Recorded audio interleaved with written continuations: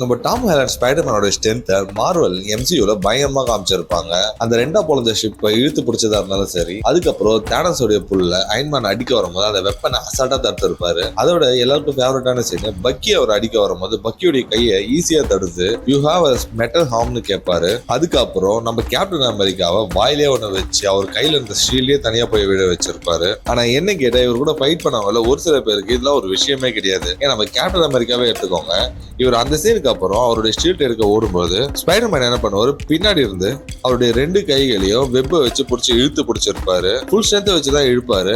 ஆனா captain America அப்படியே திரும்பி அசால்ட்டா இவர் இழுத்து போட்டிருப்பாரு. இன்னொரு சீன்ல காப்ளினுடைய ஷோல்டர் மாதிரி ஏறி உட்காந்து காப்ளின் மூஞ்சில அவ்வளவு குத்துவாரு. ஆனா அந்த அன்பல்பு மாதிரி காப்ளின் சிரிச்சுக்கிட்டே வாங்கியிருப்பாரு. இதெல்லாம் விட ஹைலைட்டான விஷயம் என்ன தெரியுங்களா, இதே மூவில கடைசி சீன்ல காப்ளினை ஒரே காலி பண்ணிடலான்ட்டு காப்ளினோட அந்த ஃபிளைங் ஆப்ஜெக்ட் வச்சு காப்ளினை அட்டாக் பண்ணலான்னு வருவாரு. அப்பதான் மாஸ் என்ட்ரி கொடுத்து நம்ம டோபி ஸ்பைடர்மேன் என்ன பண்ணுவாரு, அசால்ட்டா நிறுத்தி இருப்பாருங்க.